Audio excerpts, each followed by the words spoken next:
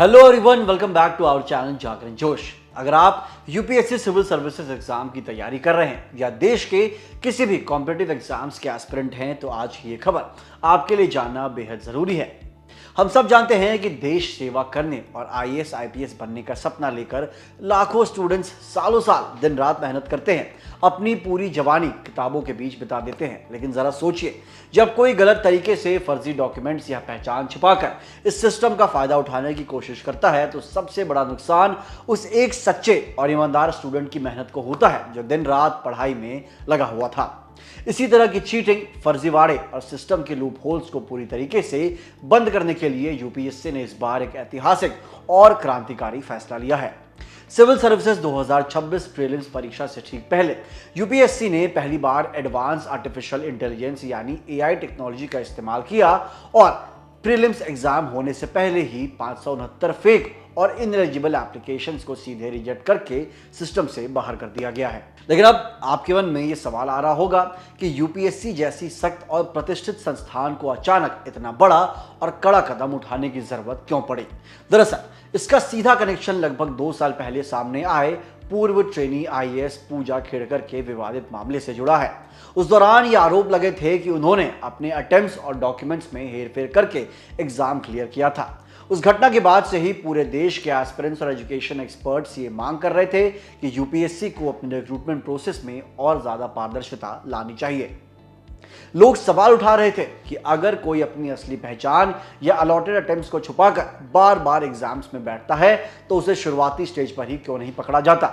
इसी दबाव और सुधार की मांग का असर है कि आयोग ने इस बार सिर्फ एग्जाम हॉल के अंदर ही चेकिंग नहीं बढ़ाई, बल्कि फॉर्म भरने की शुरुआती स्टेज पर ही फर्जीवाड़े पकड़ने का एक high tech full proof plan तैयार कर लिया है। आइए अब थोड़े विस्तार से और आसान भाषा में समझते हैं कि आखिर यूपीएससी के इस नए एआई सिस्टम ने कैसे काम किया और ये 569 फर्जी फॉर्म्स कैसे पकड़े गए। इस साल आयोग ने एक नया प्रोग्राम करते हुए कैंडिडेट्स को फॉर्म भरते वक्त आधार वेरिफिकेशन का विकल्प दिया था। देश के लगभग 94% कैंडिडेट्स ने बिना किसी झिझक के आधार ऑथेंटिकेशन को चुन लिया, जिससे उनकी यूनिक आइडेंटिटी कंफर्म हो गई और किसी भी तरह के डुप्लीकेट फॉर्म की कोई भी गुंजाइश नहीं बची।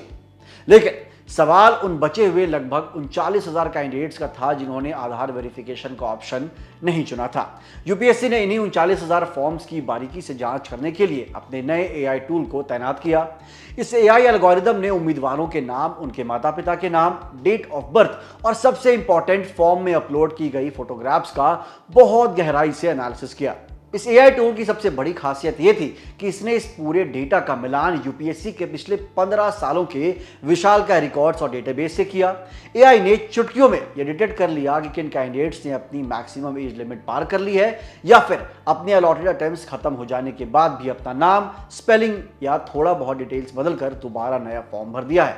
इसके अलावा एक और सबसे बड़ा सुधार यह हुआ कि पहले सामाजिक श्रेणी या रिजर्व कैटेगरी यानी सोशल कैटेगरी का गहन जांच केवल इंटरव्यू स्टेज पर ही होता था, जब उम्मीदवार लगभग पूरा एग्जाम पास कर चुका होता था। लेकिन इस बार एआई की मदद से आयोग ने कैटेगरी की रीवेरिफिकेशन प्रीलिम्स की स्टेज पर ही कर ली थी, जिससे आयोग उम्मीदवारों को पहले ही दिन बाहर का रास्ता दिखा रहा था।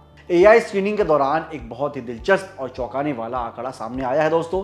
जांच में पता चला कि करीब 43,497 कैंडिडेट्स ऐसे थे जिन्होंने अपने पिछले अटेम्प्ट्स के मुकाबले इस बार अपनी कैटेगरी बदल दी थी, जैसे जनरल से ईडब्ल्यूएस या फिर एससी एसटी से ओबीसी। आयोग ने तुरंत सतर्कता दिखाते हुए इन सभी उम्मीदवारों को ऑफिशियल ईमेल्स भेजकर और उनसे क्लैरिफिकेशन मांगा है। गहराई से हुई जांच में यह मामला सामने आया है कि कई कैंडिडेट्स ने तो पहले समय पर सर्टिफिकेट ना बनने के कारण जनरल में अप्लाई किया था, जो कि वैलिड था। लेकिन इनमें से 133 कैंडिडेट्स ऐसे रंगे हाथों पकड़े गए जिन्होंने अपनी नई कैटेगरी का फायदा उठाकर अपने तय अटेम्प्ट से ज्यादा फॉर्म भरा है। इन्हीं 133 फ्रॉड आवेदनों को मिलाकर कुल 569 सिविल सर्विसेज के फॉर्म रद्द कर दिए गए। और सिर्फ इतना ही नहीं, इंडियन फॉरेस्ट सर्विस यानी आईएफएस एग्जाम में भी इन्हीं एआई टूल से 69 अयोग्य और फेक फॉर्म्स को रिजेक्ट किया गया है। दोस्तों, यूपीएससी के चेयरमैन अजय कुमार ने इस पूरे मामले पर बहुत ही साफ शब्दों में कहा कि टेक्नोलॉजी का असली मकसद सिस्टम में निष्पक्षता यानी फेयरनेस लाना और असली उम्मीदवारों के अधिकारों की रक्षा करना है। एआई के इस इस्तेमाल से अब देश के हर उस स्टूडेंट को जो ईमानदारी से पढ़ाई कर रहे थे एक लेवल प्लेइंग फील्ड मिलेगा।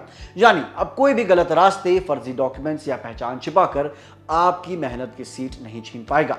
सो एस्पिरेंट्स और युवा, अगर आप भी यूपीएससी या किसी भी गवर्नमेंट एग्जाम का फॉर्म भर रहे हैं तो हमेशा अपनी 100% सही और असली डिटेल्स ही भरें, क्योंकि अब एआई की तेज नजर से बचना नामुमकिन है।